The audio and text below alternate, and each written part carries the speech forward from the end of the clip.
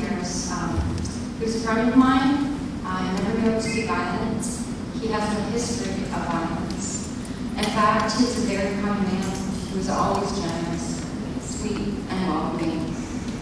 I am here today to plead with counsel each and every one of you to please find in your heart to seek the truth about the events that occurred on April 18th. I implore you to place yourself in my shoes and those who loved him as many friends and family. We ask that you please consider how deeply you would need the justice and the truth if this had happened to a friend, a brother, or a son of yours. This community deserves answers. Those who loved him and still do deserve answers. This wonderful man whose life was taken away deserves answers. We all appreciate this opportunity to have our voices heard, and I thank you for your time. Thank you. Michelle. I'd like to voice my concern in the treatment of the case of David BonesCityHallPartFour. I've known Bones over the course of 20 years. First meeting him when we worked together at Colby's Coffee House in Evergreen. I knew him to be a warm, genuine, caring, good person. I loved the fact that he was always such a sweetheart with all his tattoos and piercings and his silly smile. His nature was heartwarming. He was very much liked, trusted, and loved by his large community of friends and his family. He was a musician and lived very simply with his companion friend, a dog named Sheepy. Such a close companion that she stood by his side when he was killed. I feel like such a force was used and resulted in the unnecessary death of our dear friend. Shooting to kill in this situation, I feel was unnecessary. Officers are armed with other means of defense to use to defend themselves. Now life is lost. Hearts are broken and our pain is ripe. Excessive force has engulfed genuine and precious life of Bones. Please listen to these pleas of his friends and family so that his name and life and memory is not tarnished and brushed aside by misrepresentation. And please let it be known that falsehoods are not acceptable. Thank you for your time. Hello. In the 10 years since Timothy Thomas was fatally shot, the city of Cincinnati has been determined to build a trusting relationship between the community and the police. The collaborative agreement and memorandum of understanding signed in 2002 introduced community problem-oriented policing to all 52 neighborhoods. Cincinnati police regularly attend Northside Community Council meetings in an effort to improve relations with the residents and gather community support. This type of two-way communication is now standard within the city. While the citizens of the community recognize the efforts the city has made, the guidelines of the collaborative agreement are not always followed.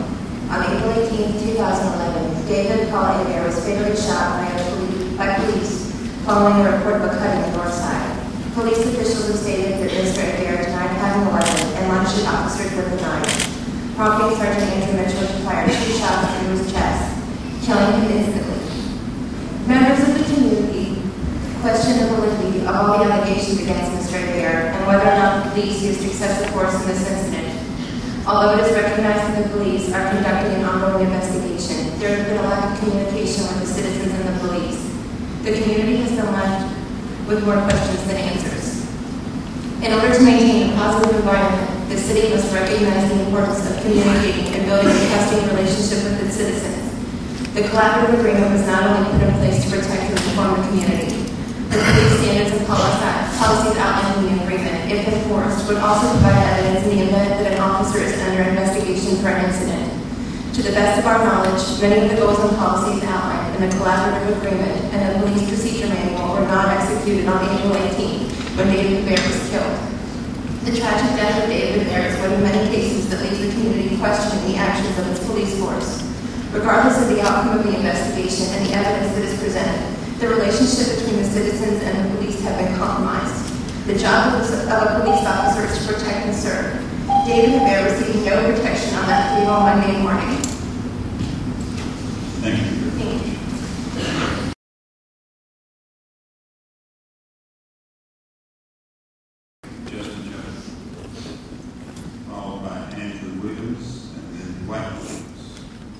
Good afternoon. I'm here today because I just want to say that when there was talk of merging our police department with the sheriff's department, I think perhaps a lot of people may have been surprised by the people that were most vocally standing up for the police department.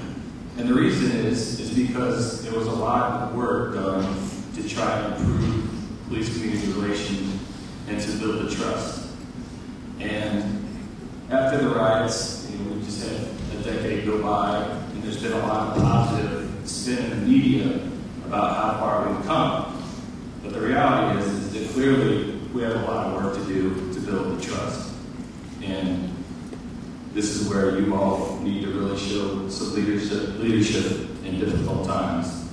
I didn't really know Bones very well, but I know that I'm hearing that there's a lot of concern about how many citizens have been killed recently, including this most recent scenario.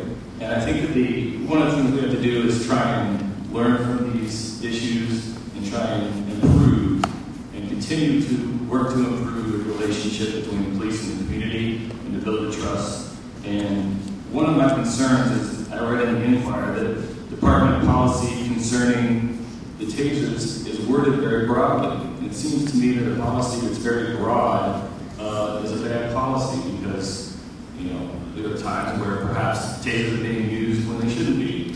And there are also perhaps times when they should have been used and they weren't.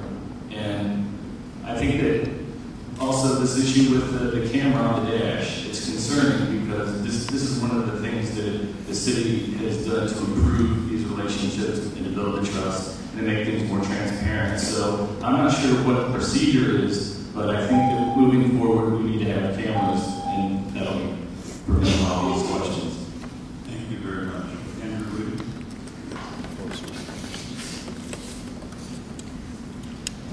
Mr. Mayor, Ms. Vice Mayor, members of council, I want to thank you for your attention today to the shooting and investigation of Mr. David Hebert. Since the morning of that incident, the calls from the police department from the city have been uniform in their request for patience, for reservation of judgment from the community, from the Northside community, from the friends and family of Bones. And I believe that the city and the police department will get that reservation of judgment, will get that patience. The concern of the community is that the reciprocal is not happening.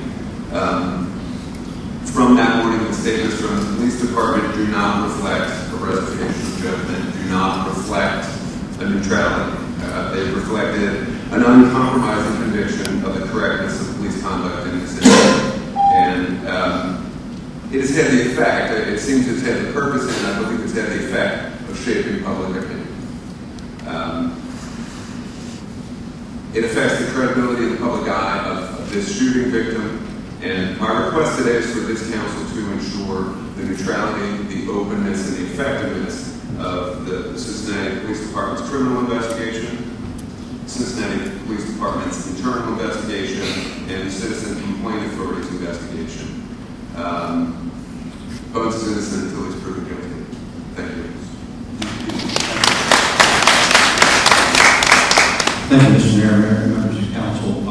I'm here wearing a lot of hats, I guess, but primarily as a citizen of the city of Cincinnati, lifelong. I'm also here as a Cincinnati musician. I've met Mr. Hebert over the years, maybe half a dozen times. I saw him play in various clubs around town. We shared a bill on some benefit shows around town over the years. I also met him as a cook, in Northside. Things that we hear just don't add up as the person that we knew.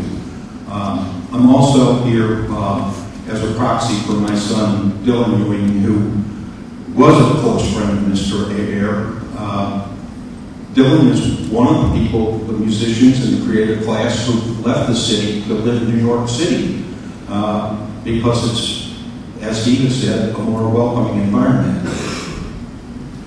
As my role as the Economic Development Director here for the city, we spend a lot of time, a lot of effort, and a lot of money to attract and retain a creative class into this city.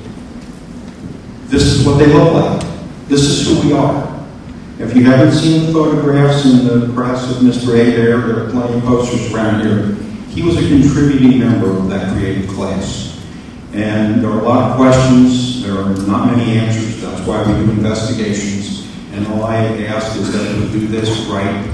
We get it transparent, we get it open, and then whatever we come out with at the end, we make whatever corrections are necessary, and we move on. Keep the city whole and great.